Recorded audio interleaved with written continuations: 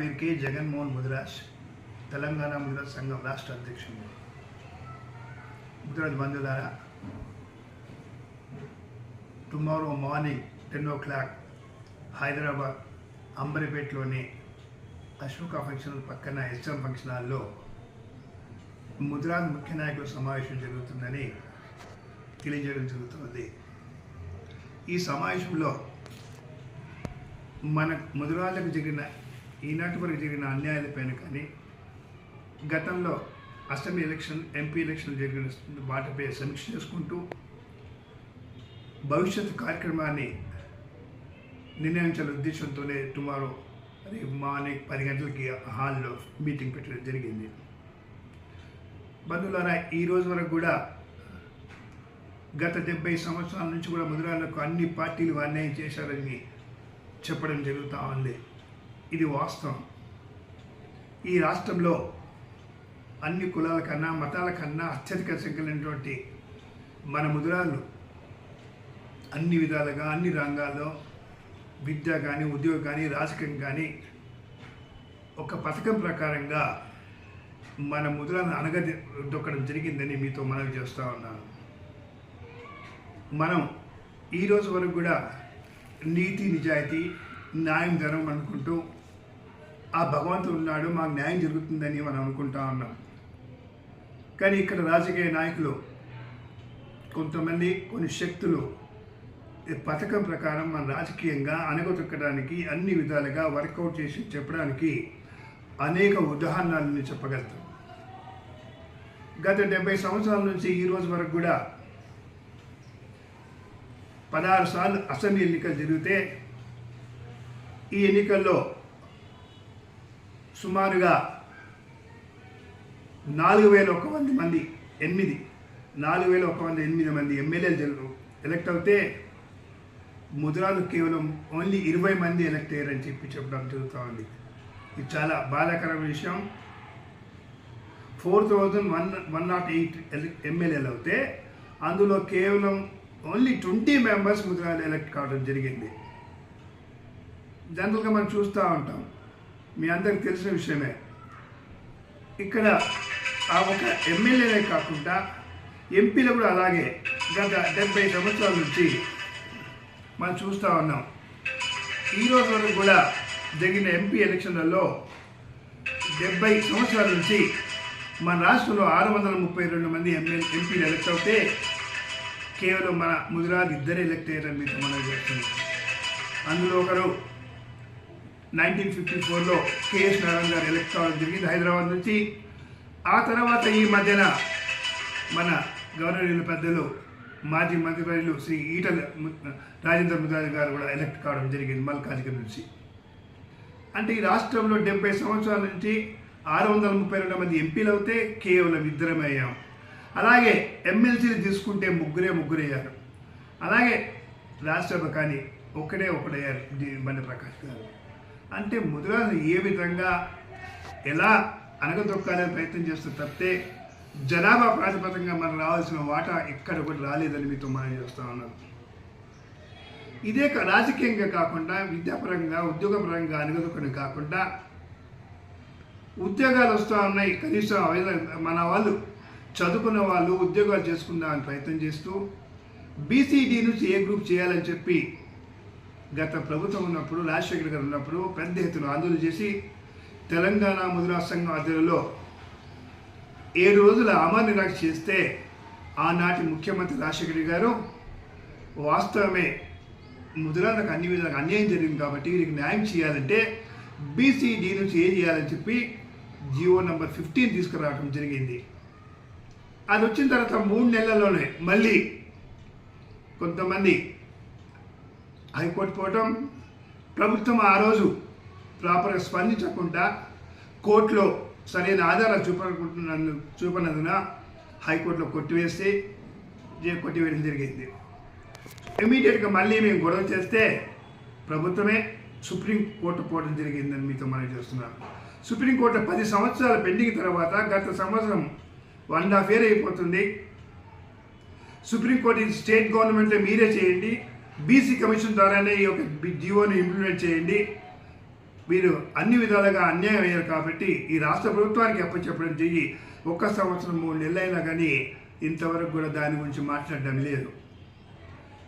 ఎన్నికల ముందు మన గౌరవనీయులు రేవంత్ రెడ్డి గారు ముద్రాలకు అన్యాయం జరిగింది, మా ప్రభుత్వం వస్తే తప్పకుండా వీళ్ళకి న్యాయం చేస్తారని చెప్పి బహిరంగ సభల్లో చెప్పుకుంటూ మేనిఫెస్టోలు కూడా పెట్టడం జరిగిందని చెప్తా ఉన్నాను. ఎన్నికల ముందు ప్రతి మీటింగ్లో ముద్రాలకు అన్యాయం జరిగిందని చెప్పడం కాకుండా వాస్తవం కూడా టీఆర్ఎస్ పార్టీ ఏదైతే ఉందో 14 కానీ 18 కానీ ఎప్పుడైనా కానీ ఆ పార్టీ గెలవడానికి కారణం ముద్రాలే అని చెప్పి నేను గంటపదంగా గర్వంగా చెప్పగలుగుతాను. కానీ టీఆర్ఎస్ పార్టీ వచ్చిన తర్వాత మాకు న్యాయం జరగలేదు కోపంతో 2023లో 14 కానీ 18 కానీ ఒకే ఒక ఎమ్మెల్యే టికెట్ ఇవ్వడం జరిగింది. మా జనాభా ప్రకారంగా కేసీఆర్ జరిపిన సమగ్ర సర్వేలో క్లియర్గా ఉంది 12.7 ముద్రాలు జనాభా ఉంది అని చెప్పడం జరిగింది. అందులో తెనుగు, ముద్రాజ్ ఈ 3 వాళ్ళని తీసుకోవడం జరిగింది. ఆ తెనుగు, ముద్రాజ్ 12.7 జరిగింది. ఆ సమగ్ర సర్వేలో వాళ్ళు యాడ్ చేయలేరు. ఎవరిని? మా నల్గొండల తెలుగు వాళ్ళని అక్కడ అందరూ వాళ్ళు బంటోళ్ళు అంటారు, అలాగే మహబూబ్నగర్ సేవకులు అంటారు, అలాగే మస్కూరీలు అంటారు. వీళ్ళ పేర్లతో ఉన్నట్టు మస్కూరీలు కానీ బంటోళ్ళు కానీ సేవలు కానీ వీళ్ళు కూడా ముద్రాలే. ఈ మూలాలన్నీ కూడా ముద్రాలే అని మీతో మనం చేస్తూ ఉన్నాం. వీళ్ళని అందరూ యాడ్ చేస్తే 14.7 మన ముద్రాలు ఉంటారు. కానీ ఈ రాష్ట్రంలో అత్యధిక జనాభా ఉన్నా అత్యధికంగా వెనకబడి ఉన్నామంటే మనమే అని ముద్రాలు అని చెప్పి ఈ సందర్భంగా అందరికి చెప్పదలుచుకున్నాను. కాబట్టి మీ అందరితో గవర్నమెంట్తో ఒకే మొన్న రాష్ట్రంలో ముఖ్యమంత్రి అయిన తర్వాత ప్రయత్నం చేశాను అపాయింట్మెంట్ గురించి. ఇస్తాను, ఇదిగో అదిగో అని చెప్పి మమ్మల్ని పక్కన పెట్టడం జరిగింది. ఎమ్మెల్యే ఎలక్షన్లో అవుట్ రైట్గా కాంగ్రెస్ గెలిపించమని చెప్పి గెలిపించడం జరిగింది. ఆ తర్వాత ఎంపీ ఎలక్షన్లో కూడా అదే పరిస్థితి ఉంటే మీకు అర్థమైంది. ఎమ్మెల్యే ఎలక్షన్ 6 నెలలు అయిన తర్వాత ఈ రోజు వరకు కూడా ఎలక్షన్ కోడ్ ఉంది అని చెప్పి బీసీడీ నుంచి గురించి ఒక్కరోజు కూడా సీఎం రేవంత్ రెడ్డి గారు మాట్లాడకపోవడం బాధాకరమైన విషయం అని మీతో మనవి చేస్తున్నాను. నేను ముఖ్యమంత్రి మనవి చేస్తాను, వెంటనే మీరు మేనిఫెస్టోలో పెట్టిన విధంగా ఏదైతే మీరు బీసీడీ నుంచితో పాటు మిగతా డిమాండ్స్ 5,000 కోట్ల రూపాయల ముద్రాస్ ఫైనాన్స్ కార్పొరేషన్తో పాటు చేపలపైన చెరువులపైన పూర్తి హక్కులు ముద్రాలే కల్పించాలని, అలాగే ముద్రాలు తెలుగోళ్ళందరూ కూడా ఏదైతే విలేజ్లలో ఉంటూ పండ్లు పలహారాలు అనుకుంటూ అడవులపైన సంపద పైన ఆధారపడినటువంటి ముద్రాలని వాళ్ళకు కొద్దిగా ఒక సర్వీస్ చేయడానికి వాళ్ళకు న్యాయం జరగాలంటే 5 ఎకరాల ల్యాండ్ ఇవ్వాలని చెప్పి కూడా మేము డిమాండ్ చేయడం జరిగింది. అలాగే మేము ఎవరైతే మా చెరువులపైన చేపలపైన పడతా ఉంటే కొంతమంది దౌర్జన్యం చేస్తూ చేపలపైన చెరువులపైన మమ్మల్ని రానియకుండా అడ్డుకుంటూ అధికార బలంతో కొంతమంది మద్దతుతో మా పైన దాడులు చేయడం జరిగిందని మనం చూస్తున్నాం. కాబట్టి మేమందరం కూడా మనం చేస్తూ ఉన్నాం. ఈ రాష్ట్ర ప్రభుత్వాన్ని ముఖ్యమంత్రి గారికి ఇంకా మాకు నమ్మకం ఉంది. దీని చేతో పాటు ఫైనాన్స్ కంపెనీతో పాటు రాజకీయంగా మేము ఏదైతే ఉన్నామో మా జనాభా ప్రకారంగా 16 సీట్లు మాకు మినిమం 15 సీట్లను మాకు రావాలి. కానీ గత పీసీసీ ప్రెసిడెంట్ ఉన్నప్పుడు నేను స్వయంగా వెళ్ళి మాట్లాడడం జరిగింది. 12 మంది పేర్లు ఇచ్చాం, మా ముద్రాలు మీ పార్టీలో ఉన్నారు, గెలిపించుకుంటాం, మాకు సీట్లు ఇవ్వమంటే కేవలం 3 సీట్లు ఇవ్వడం జరిగింది. అది కూడా గోషామేలు వద్దంటూ కూడా ఓడిపోయేసి ఒకటి ఇచ్చారు. అలాగే రాజేంద్రనగర్ నుంచి కస్తూరి నరేందర్ గారికి ఇచ్చారు, వాకిర్ శ్రీహరి గారికి మన మహబూబ్నగర్ నుంచి మక్తల్ నుంచి ఇవ్వడం జరిగింది. మక్తల్ నుంచి మహబూబ్నగర్ నుంచి గెలిచిన వాకిర్ శ్రీహరికి ముఖ్యమంత్రి కాగానే మొట్టమొదటిసారిగా ఆయన మంత్రి పదవిలో తీసుకోవాల్సిన బాధ్యత కాంగ్రెస్ పార్టీకి ఉండే. ఎందుకంటే ఈరోజు కాంగ్రెస్ పార్టీ గెలిచిందంటే టీఆర్ఎస్ పార్టీ కేసీఆర్ చేసిన అన్యాయానికి వ్యతిరేకంగా ప్రతీకారంగా వేలాది మంది ముద్రాలందరూ రోడ్లపైకి వచ్చి యాంటీ చేసి టీఆర్ఎస్ పార్టీని ఓడించాలని చెప్పి ప్రయత్నం చేసి ఓడించి కాంగ్రెస్ పార్టీని గెలిపిస్తే మాకు న్యాయం జరుగుతుందంటే సీఎం రేవంత్ రెడ్డి గారు ముఖ్యమంత్రి అయిన తర్వాత 10 మంది మంత్రులు చేస్తే మంత్రివర్గంలో ముద్రాల స్థానం ఇవ్వలేదని చెప్తా ఉన్నారు. 4 రెడ్లు ఉన్నారు, అలాగే మిగతా గౌడ కానీ అలాగే వెల్మ కానీ కమ్మ కానీ ఎస్సీ కానీ అందరు ఉన్నారు. అలాగే ముస్లిం ఒక మంత్రి లేడు కాబట్టి ఎమ్మెల్యే గెలవలేదని చెప్పి షబీర్ అలీ గారికి ప్రభుత్వ సలహాదారులు ఇచ్చి అందరం ఎక్కించారే ముస్లిం ఓట్ల గురించి. అంటే ముదిరాజు ఓట్లు అంటే మేము ఇవ్వకపోయినా మీకు ఓట్లు ఇస్తాం నమ్మకమా? మీరు ఒకే వర్గాన్ని చూసుకుంటూ మమ్మల్ని పక్కన పెట్టడం న్యాయం కాదని చెప్పి ముఖ్యమంత్రి గారితో మనవి చేస్తూ ఉన్నాము. అలాగే ఈ రాష్ట్రం నేనే కాదు చరిత్రలో చెప్తా ఉంది. తెలంగాణ ఉద్యమంలో మలిదశ ఉద్యమంలో మొట్టమొదటి అమరవీరుడు కానిస్టేబుల్ కిష్టయ్య అని ప్రపంచమంతా తెలుసు. అతను చనిపోయిన తర్వాత ఈ రోజు వరకు కూడా ఆయన స్టాచ్యూ గురించి ఎక్కడ మాట్లాడలేదు, ఎక్కడ ఆలోచించలేదు. మొట్టమొదటి అమరవీరుడని మీరు బహిరంగంగా ప్రకటించమంటే ఆనాటి కేసీఆర్ గారి కానీ టీఆర్ఎస్ పార్టీ కానీ ఈరోజు కాంగ్రెస్ కానీ ఎక్కడ కూడా అనౌన్స్ చేయకుండా మమ్మల్ని పక్కన పెట్టడం జరుగుతూ ఉంది. కానిస్టేబుల్ కిష్టయ్య గారు మొట్టమొదటి అమరవీరుడు మలిదశ యుద్ధంలో ఇది చరిత్ర అని మీతో మనం చేస్తా ఉన్నాను. అలాగే ఆయన తర్వాత మిగతా వాళ్ళు ఎవరైనా కానీ వాళ్ళ పేరు చెప్తారు కానీ ముదిరాలని చెప్పి కావాలని చెప్పడం లేదని చెప్పి మేము భావిస్తూ ఉన్నాం.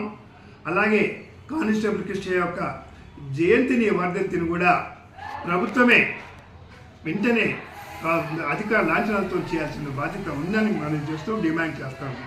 అలాగే ట్యాంక్ బండ్ పైన మొట్టమొదటి అమరవీరుడు ట్యాంక్ బండ్ పైన కానివ్వండి, లేదంటే అసెంబ్లీ సాక్షిగా అసెంబ్లీ ఎదురుంగల ఈరోజు అసెంబ్లీలో కాంగ్రెస్ ఈ పార్టీ గెలిచిందంటే ఆ రోజు తెలంగాణ ఉద్యమానికి ఊపిరి పోసినటువంటి కానిస్టేబుల్ కిష్టయ్య ఆయన ఆరిపోవటము, ఆయన చావటము, చనిపోవటము, ఆ తర్వాత ఉద్యమం మరింత ఉధృతమయ్యి కాంగ్రెస్ తెలంగాణ వచ్చింది మనవి చేస్తున్నాం. కాబట్టి అసెంబ్లీ ఎదురుగా ఆయన ఎదురుగా ఆయన అసెంబ్లీ గన్ పార్క్లో కానిస్టేబుల్ కిష్టయ్య స్టాచ్యూ పెట్టాలని చెప్పి కూడా మేము డిమాండ్ చేస్తున్నాం.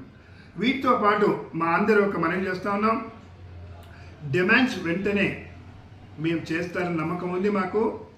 మేము టుమారో ఏదైతే మీటింగ్లో ఆ మీటింగ్లో ఎలక్షన్స్ గురించి సమీక్ష చేసుకుంటూ భవిష్యత్తు కార్యక్రమాన్ని మేము రూపొందించుతూ ఉన్నాం. పర్టికులర్గా ఎమ్మెల్యేలు ఎంపీలు మాకు అన్యాయం జరిగింది కాబట్టి లోకల్ బాడీ ఏదైతే ఉందో ఆ లోకల్ బాడీ ఎలక్షన్లలో మా అందరినీ ముదిరాలు ఆల్మోస్ట్ ప్రతి గ్రామంలో 40 to 50% ఉంటారు. సర్పంచ్ కానీ ఎంపీటీస్ కానీ జెడ్పీటీస్ కానీ వీళ్ళందరూ నిలబెట్టి గెలిపించుకోవాలని చెప్పి మనం చేస్తూ ఉన్నాము. ఎందుకంటే ఎంపీలు మాకు ఇవ్వలేదు, ఎమ్మెల్యేలు ఇవ్వలేదు.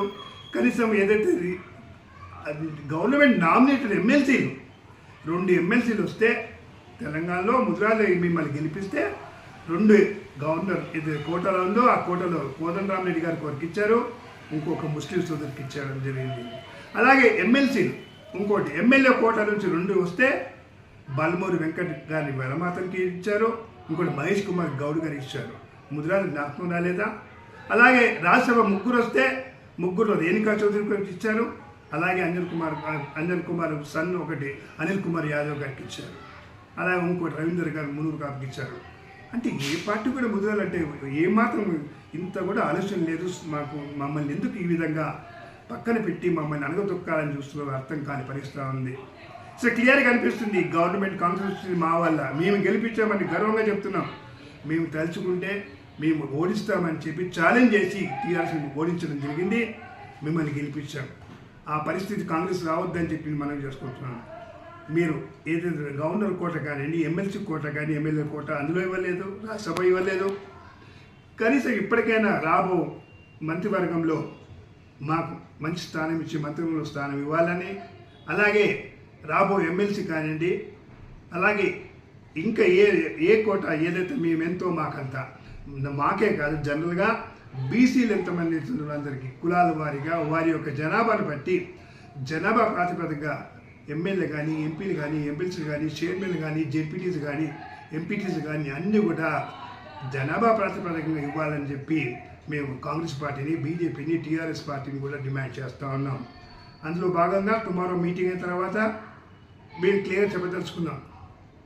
ఒకవేళ మమ్మల్ని పక్కన పెట్టాలనుకుంటే, మమ్మల్ని పట్టించుకోకపోతే, ఇదే విధంగా కంటిన్యూ అవుతే వచ్చే కొన్ని రిజర్వ్ కాన్స్టిట్యూన్స్ తప్పితే ఎక్కడికి సర్పంచ్ కానీ ఎంపీటీస్ కానీ చెప్పి రిజర్వ్ ప్లేస్ వదిలేసేసి మిగతా అన్ని చోట్ల కూడా ముద్రాలు నిలబెట్టి మా యొక్క సత్తా చూపెట్టి భవిష్యత్తులో మాతో ఎవరు కూడా పెట్టుకోకుండా మా యొక్క సత్తా చూపెట్టి వారిని ఏ విధంగా గెలిపించాలో ఓడించాలో మాకు తెలుసు కాబట్టి నిలబెట్టి మేమే గెలుచుకుంటాం. మాకు ఆ నమ్మకం ఉంది. ఎందుకంటే గతంలో 2023లో ఎమ్మెల్యే చూశారు, ఎంపీలో కూడా సరైన న్యాయం చేయలేదు కాంగ్రెస్ కాబట్టి ఎంపీలు కూడా బీజేపీకి చాలామంది మా ముద్రాలందరూ కూడా బీజేపీ మధ్య తెలిపడం జరిగింది. అలాగే చాలామంది అనుకుంటున్నారు ఈ గవర్నమెంట్ 2 సంవత్సరాలుగా ఎక్కువ ఉన్నది, 2 సంవత్సరాలు మళ్ళీ ఎలక్షన్ అవుతుంది కాబట్టి మేమందరం ఒకటే డిసైడ్ చేశాం. ఈ 2 సంవత్సరాల లోపల ముద్రాలను టోటల్గా యాక్టివేట్ చేసి మోటివేట్ చేసి ముద్రాలతో పాటు బీసీ సంఘాలందరూ కూడా ఏకం చేసేసి వచ్చే ఎన్నికల లోపల ఎప్పుడు జరిగినా కానీ ఏ ఎలక్షన్ జరిగినా కానీ బీసీల వాళ్ళతో మేము కలిసిపోయి వాళ్ళతో మాట్లాడుకొని వారి యొక్క సహకారాలు తీసుకొని భవిష్యత్తు కార్యక్రమాన్ని నిర్ణయించి వచ్చే రాష్ట్రంలో భవిష్యత్తులో ఒక బీసీల రాజ్యం తీసుకెళ్ళడానికి తెలంగాణ ముద్రా సంఘం పూర్తిగా అన్ని విధాలుగా అన్ని రంగాల్లో అన్ని విధాలుగా అందరికీ బీసీ సంఘాల నాయకులతో బీసీ పెద్ద నాయకులతో మాట్లాడి వారికి సహకరించడానికి సిద్ధంగా ఉన్నామని చెప్తూ ఈ తెలంగాణ ముద్రా సంఘ అధ్యక్షులుగా నేను టుమారో మీటింగ్లో ఇవన్నీ కూడా డిస్కస్ చేసి ప్రతి ఒక్క జిల్లాలో కూడా మీటింగ్ పెట్టాను. బహిరంగ సభలు 33 జిల్లాలో భారీ బహిరంగ సభలు పెట్టడం జరుగుతుంది. అలాగే ఈ భారీ బహిరంగ సభతో పాటు జిల్లాలో అక్కడ మన ప్రతి ఒక్క కాన్స్టిట్యూన్సీలో ఒక మీటింగ్లు పెట్టి మండల వారీగా అలాగే గ్రామ స్థాయిలో వారిగా మీటింగ్లు పెట్టి మోటివేట్ చేయాలని చెప్పి డిసైడ్ చేశాం. ఈ రేపు తర్వాత ఆ కార్యక్రమాలు తొందరగా ఎలక్షన్ బిఫోరే 33 జిల్లాలో భారీ బహిరంగ సభలు ముద్రా సంఘం నుంచి జరిపి ముద్రా సంఘంతో పాటు ఆ మీటింగ్లలో బీసీ నాయకులందరూ కూడా ఇన్వైట్ చేద్దామని మేము డిసైడ్ చేశాం. కాబట్టి దయచేసి ముద్రా బంధువులారా టుమారో మీటింగ్లో మనం అందరూ ఇచ్చేసి మీ అమూల్యమైన సందేశాన్ని సలహాలని సూచనలు మాకు ఇచ్చి మన యొక్క ధర్మయుద్ధం చేస్తున్న దానికి మా అందరికీ అందుబాటులో ఉంటూ మాకు సహకరించాల్సి కోరుతూ మీ అందరినీ మరి ఒకసారి ధన్యవాదాలు కూర్చొని తీసుకుంటాం. Thank you. అలాగే ఈ యొక్క ఈ తెలంగాణ టీవీ వీటిలో యూట్యూబ్ని మన సోదరులందరూ కూడా సబ్స్క్రైబ్ చేసి వారికి అన్ని విధాలు సహకరించాల్సిగా మన ముద్రాజ బంధువులు కోరుతూ ఉన్నాం. జై ముద్రాజ్ ముద్రాజ బంధువులారా టుమారో 10 గంటలకి మన ఈ అంబరిపేట అశోక ఫంక్షన్ హాల్ పక్కన ఎస్ఎం ఫంక్షన్ హాల్ ఉంది. అందులో 10 గంటలకి మన ముద్రాజ్ ముఖ్య నాయకుల సమావేశం జరుగుతుంది. వివిధ జిల్లాల నుంచి ముఖ్య నాయకులు వస్తున్నారు. అందులో భవిష్యత్తు కార్యక్రమాన్ని నిర్ణయించడం జరిగింది కాబట్టి అందరూ సరైన టైంకి 10:30కి ఆ ఫంక్షన్ హాల్కి ఇచ్చేసి జయప్రదం చేయాల్సి కోరుతాము.